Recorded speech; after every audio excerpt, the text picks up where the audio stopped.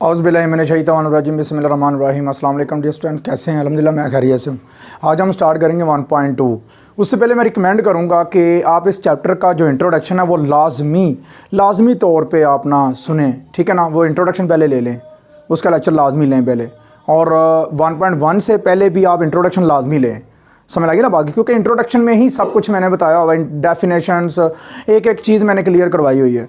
तो मैं आपको रिकमेंड करूँगा लाजमी इंट्रोडक्शन लें, क्योंकि ये जो एक्सरसाइज है स्पेशली ये इंट्रोडक्शन के बगैर नहीं होने वाली। तो मैं तो यही कहूँगा कि इंट्रोडक्शन पहले फिर चैप्टर स्टार्ट करें, ठीक है ना। चलें स्टार्ट करते हैं आज का टॉपिक। क्या करना है आपने, मैट्रिक्स की क्या करनी है, पहचान करनी है कि ये कौन सा मैट्रिक्स है। ये नल मैट्रिक्स है। कौन सा है? Null matrix. यहाँ से कहते हैं ज़ीरो, ठीक है ना, ज़ीरो मैट्रिक्स। ये कौन सा है? ये रो मैट्रिक्स है। कौन सा? Row matrix. ये कौन सा है? ये आपके पास है कॉलम मैट्रिक्स, ठीक है ना, कॉलम मैट्रिक्स। ये कौन सा है? ये आपके पास स्केयर भी है, लेकिन यहाँ पे स्केयर से ज़्यादा जो है ना इम्पोर्टेंट चीज़ ये है कि बेसिकली इस तरह की आपने शेप किस मैट्रिक्स पढ़ी थी? यूनिट मैट्रिक्स, यहाँ आइडेंटिटी मैट्रिक्स, ठीक है ना। यूनिट मैट्रिक्स, यहाँ आइडेंटिटी मैट्रिक्स। ये ज़ीरो मैट्रिक्स, ठीक है ना, सिफरी कालब। ये रो मैट्रिक्स मतलब कतारी कालब। ये आपके पास ठीक है ना। ये क्या होगा? कालमी कालब, ठीक है ना, कालमी कालब, कॉलम मैट्रिक्स। ये क्या होगा? यूनिट मैट्रिक्स मतलब आइडेंटिटी मैट्रिक्स मतलब ज़रबी ज़ाती कालब, ठीक है ना, वहदानी कालब। समझ लग रही बात की। और स्क्वायर मैट्रिक्स भी इसे कह सकते हैं। उसके बाद आई ये आपके पास, ये भी ज़ीरो मैट्रिक्स है, ये भी सिफरी कालब है। और ये आपके पास है जी कालमी कालब मतलब के कॉलम मैट्रिक्स। और इसे हम रेक्टेंगुलर मैट्रिक्स भी कह सकते हैं, मुस्तैली कालब भी कह सकते हैं, क्योंकि इनकी तादाद, इनकी कालमों की और कतारों की तादाद जो है ना वो बराबर नहीं है, इस वजह से। समझ लग रही है बात की। इसी तरह ही आपने ये भी बताना है ये कौन सा कालब है, ये कौन सा मैट्रिक्स है। ये रेक्टेंगुलर मैट्रिक्स है। देखो 2 रोज एंड 3 कॉलम्स, ओके। उसके बाद आपके पास देखो ये रेक्टेंगुलर मैट्रिक्स हो गया, रेक्टेंगुलर, ठीक है ना, मैट्रिक्स। ये कौन सा है? ये भी रेक्टेंगुलर मैट्रिक्स है, ये भी रेक्टेंगुलर हो गया। समझ लगी बात की। ये कौन सा है आपके पास? ये स्क्वायर मैट्रिक्स है। देखो 2 रोज और 2 कॉलम्स, ये आपके पास मरबी कालब है। समझ लगी बात की, मतलब कि स्क्वायर मैट्रिक्स है। तो ये भी स्क्वायर मैट्रिक्स, ओके। आगे उसके बाद ये स्क्वायर मैट्रिक्स तो है ही, लेकिन साथ आइडेंटिटी मैट्रिक्स भी है, यूनिट मैट्रिक्स भी है, ठीक है ना। समझ लग रही बात की, साथ यूनिट मैट्रिक्स भी है। तो ये होगा आपके पास यूनिट मतलब वहदानी कालब, ज़रबी ज़ाती कालब। उसके बाद ये अगर हम बात करें तो ये क्या है आपके पास? ये भी आपके पास मुस्तैली कालब मतलब के रेक्टेंगुलर मैट्रिक्स है, ओके हो गया। तो ये भी रेक्टेंगुलर मैट्रिक्स आर लिख दिया मैंने, ठीक है ना। तो ये क्या है? ये आपके पास कॉलम मैट्रिक्स है कि रो मैट्रिक्स है? ये रो मैट्रिक्स है, ठीक है ना। तो ये मैंने जानबूझ के बोला है, तो आपने ध्यान से, ये रो मैट्रिक्स है, ठीक है ना। ये एक ही रो है इसके अंदर, और इसे हम मुस्तैली कालब भी कह सकते हैं, क्योंकि इसकी रोज़ और कॉलम्स की तादाद जो है ना वो सेम नहीं है, इक्वल नहीं है।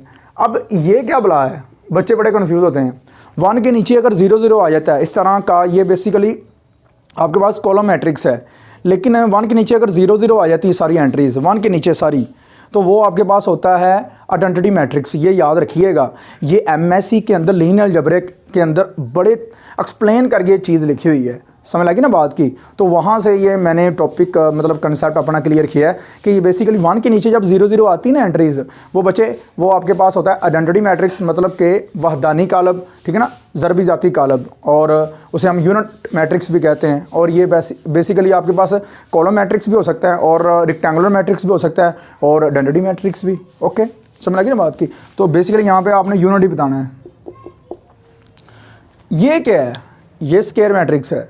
ये क्या है? स्क्वायर मैट्रिक्स है। 2 2 1 2 3 1 2 3, ओके हो गया।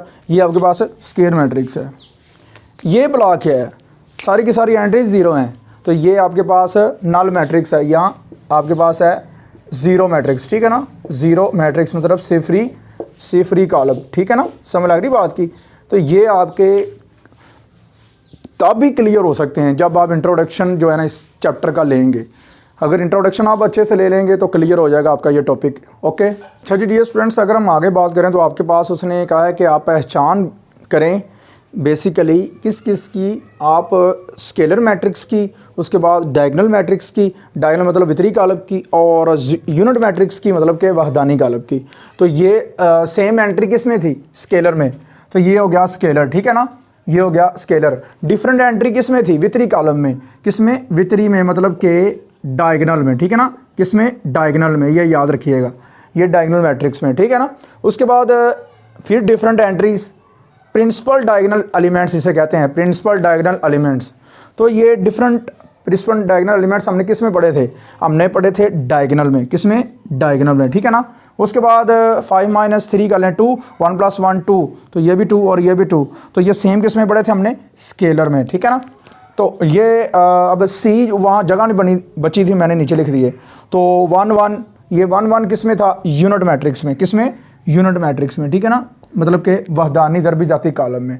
अब आपने बताना है इसका मनफी कालब। जिसने तो इंट्रोडक्शन लिया हुआ है उसके लिए तो ये मनफी कालब कोई चीज़ ही नहीं है, क्योंकि मैंने डेफिनेशन उधर बताई है, मनफी कालब की डेफिनेशन क्या होती है।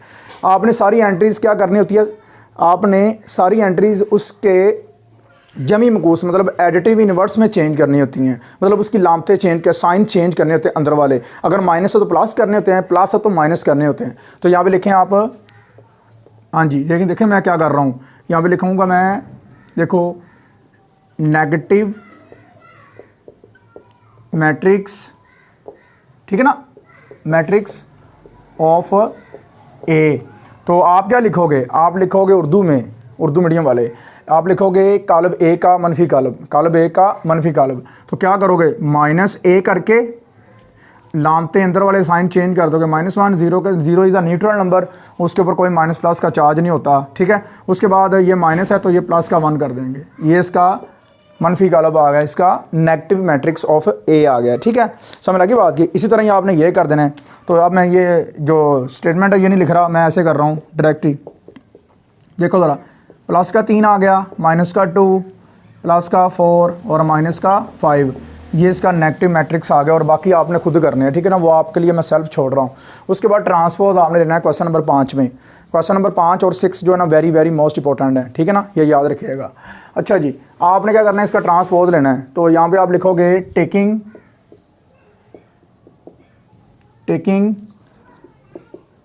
ट्रांसपोज ऑन बोथ साइड, ठीक है ना। ये मैं रिमूव कर रहा हूँ, ये मैं क्या कर रहा हूँ, रिमूव कर रहा हूँ, ठीक है ना, ये मैंने कर दिया रिमूव, ओके जी, ये मैंने रिमूव कर दिया। अब देखो मैं इसका लेता हूँ ट्रांसपोज, ठीक है ना। अब देखो मैं ट्रांसपोज ले रहा हूँ इसका, तो क्या करूँगा मैं, देखो ट्रांसपोज का सिंबल है, इंट्रोडक्शन में आप पढ़ लेंगे अच्छे से तो अच्छी बात है, ना पढ़ेंगे तो कोई बात नहीं, इधर से क्लियर कर देंगे हम, कोई मसला नहीं है।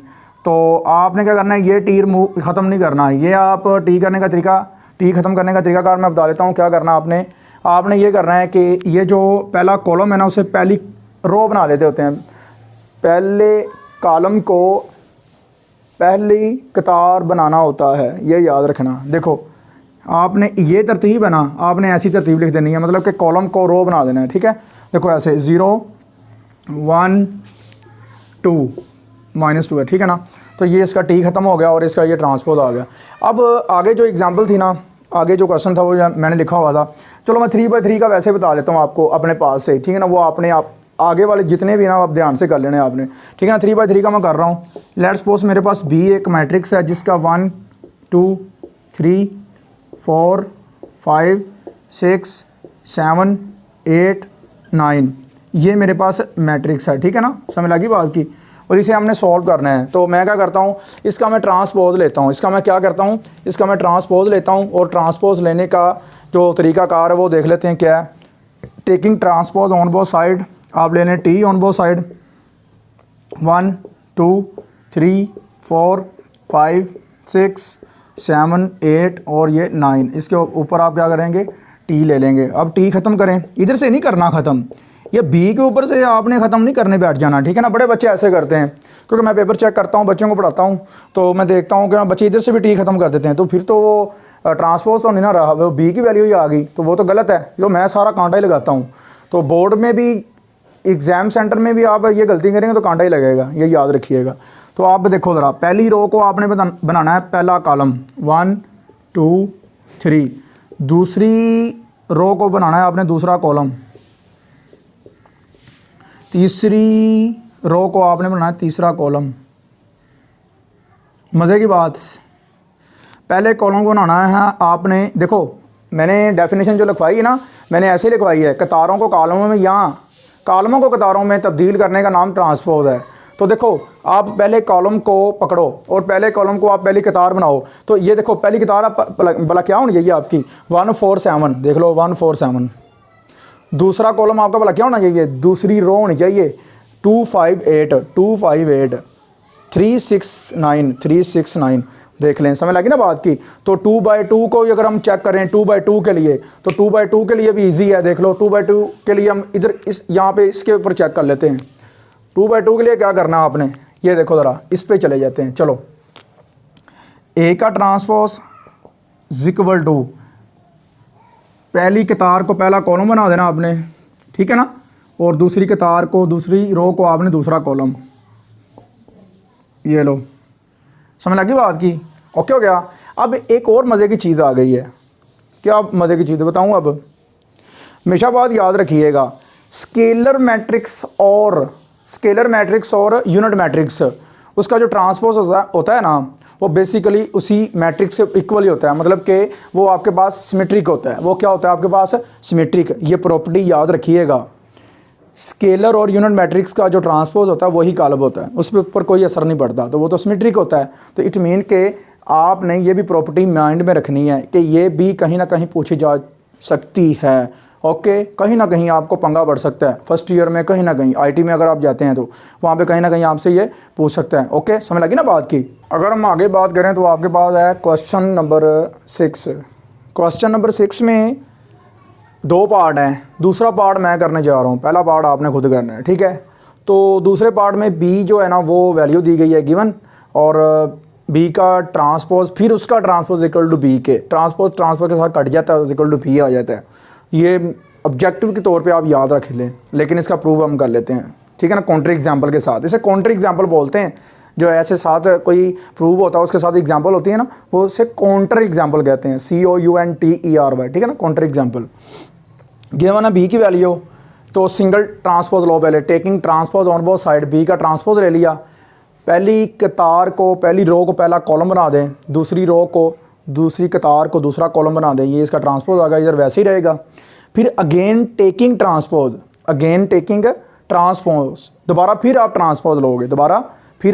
ट्रांसपोज लोगे, ऑन बोथ साइड, समझ लगी बात की।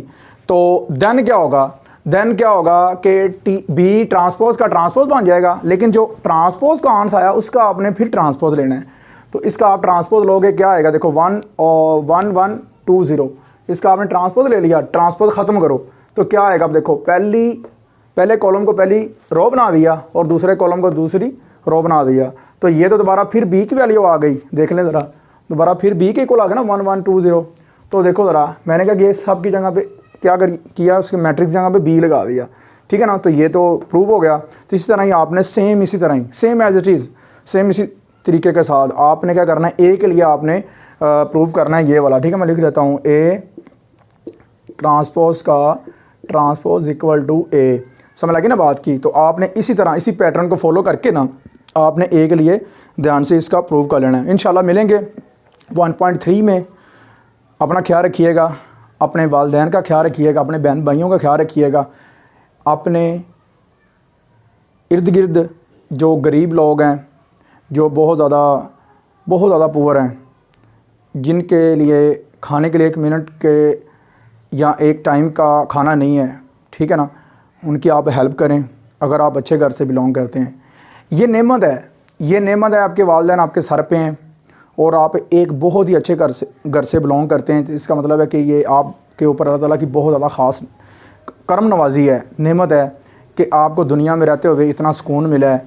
पूछें उनसे जो जुमा बाज़ार, मॉडल बाज़ार कसूर में बेचारे पता नहीं कैसे काम करते हैं, और काम करके अपनी स्टडी करते हैं।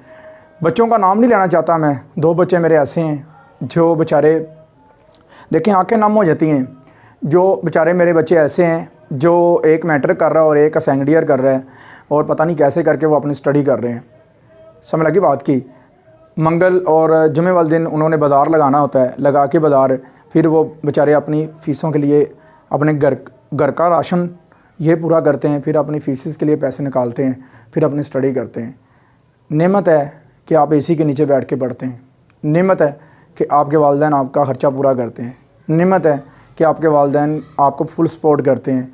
नेमत है कि आप DPS में या अच्छे सिटी स्कूल या लामा इकबाल और मतलब बहुत ज़्यादा अच्छे स्कूलों में पढ़ते हैं। नेमत है कि आपको इतने ज़्यादा सपोर्ट करने वाले। नेमत है कि मैं आपको गाइड कर रहा हूँ।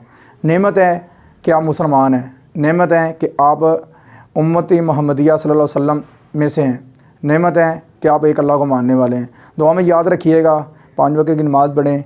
दुआ में याद रखिएगा ज़्यादा से ज़्यादा इस गुनाहगार भाई को, गुनाहगार टीचर को। ठीक है, ओके, अल्लाह हाफ़िज़।